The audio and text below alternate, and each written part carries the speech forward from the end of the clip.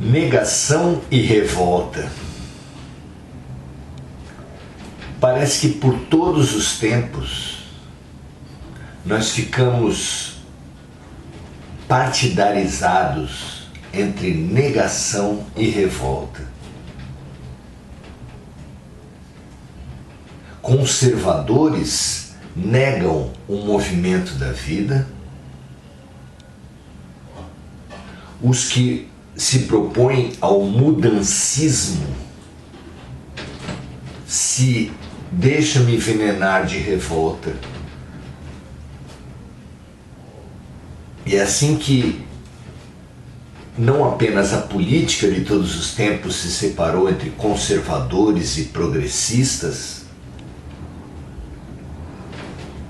mas todo o temperamento humano, nas ciências, nas religiões, nas filosofias, nas nossas maneiras de ver o mundo e enfrentar os problemas, nos repartiu nesses grupos, nessas ideologias que têm alicerce na própria conduta humana, no próprio comportamento humano.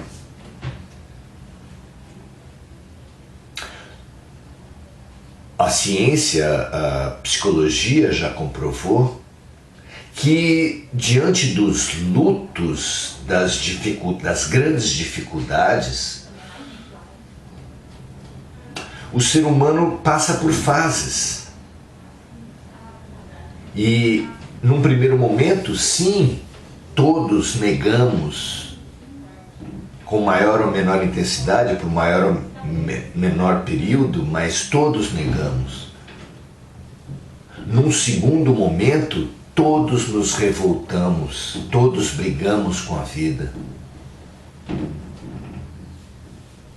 Então, é natural, são naturais as ideologias, são naturais as posições, o conservadorismo, a revolta, a negação,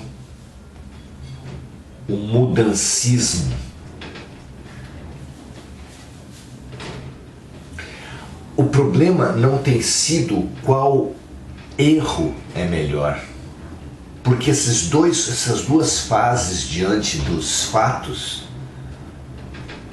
elas são naturais se ultrapassadas. Se nós nos encastelamos, nos enrijecemos na negação ou na revolta, no conservadorismo ou no mudancismo, isso se torna uma doença. E é assim que nós nos achamos, doentes.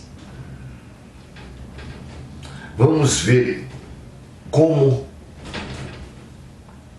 Jesus, como os evangelhos tratam esse assunto e como o avanço da ciência nos propõe a saída, não é? O Deus de Abraão, diz Atos dos Apóstolos, no capítulo 3, versículos de 13 a 15. O Deus de Abraão, de Isaque, de Jacó, o Deus de nossos pais, glorificou a seu Filho Jesus, a quem vós entregastes e perante a face de Pilatos negastes, tendo ele determinado que fosse solto, mas vós negastes o santo e o justo. E pedistes que se vos desse um homem homicida.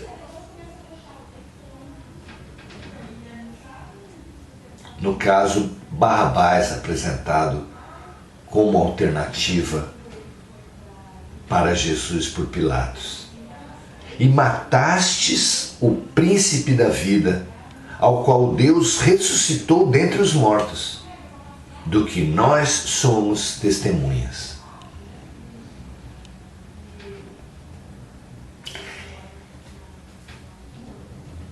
A revolta e a negação estão claras nesse texto e ainda mais claras pelos exemplos dos discípulos. Quase todos eles dispersaram, os beneficiados por Jesus nas curas, nos ensinamentos, sumiram,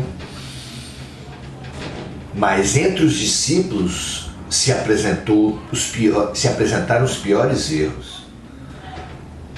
Judas com a revolta e a traição, Pedro com a negação.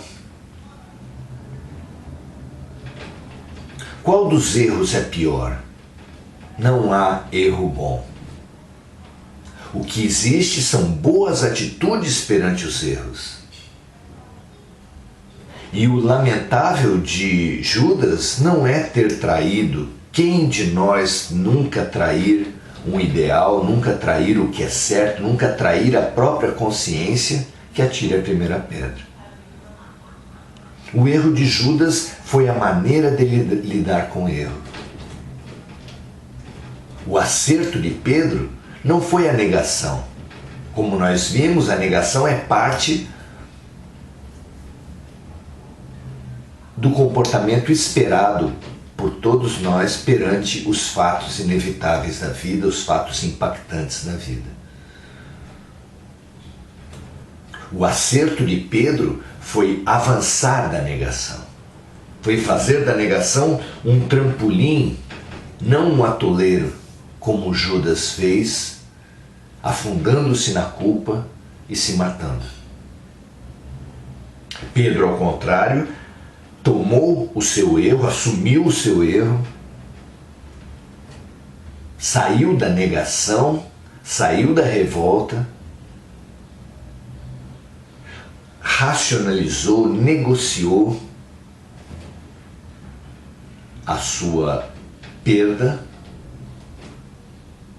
certamente se deprimiu pelo seu erro, mas conquistando a aceitação, transformou-se no servidor humilde de Jesus, que a todo momento lembrava para si mesmo e para os outros o seu erro fundamental, para nunca querer arrogar, pretender virtudes que não possuía. Porque a humildade é o primeiro passo do aprendizado, da evolução, do crescimento. Sócrates disse isso com o só sei que nada sei. Jesus nos disse isso com bem-aventurados os humildes, pois deles é o reino dos céus. Quem somos nós agora para, mais uma vez, diante da pandemia, nos partidarizarmos entre negadores e revoltosos? Não nos permitamos negar ou nos revoltar por muito tempo diante dos fatos da vida. É tempo de nos ouvir, nos reconhecer sim, mas para nos transformar.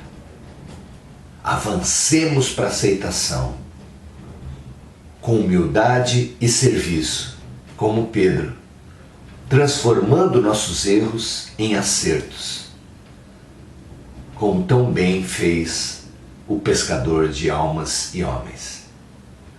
Um grande abraço a todos, até a próxima.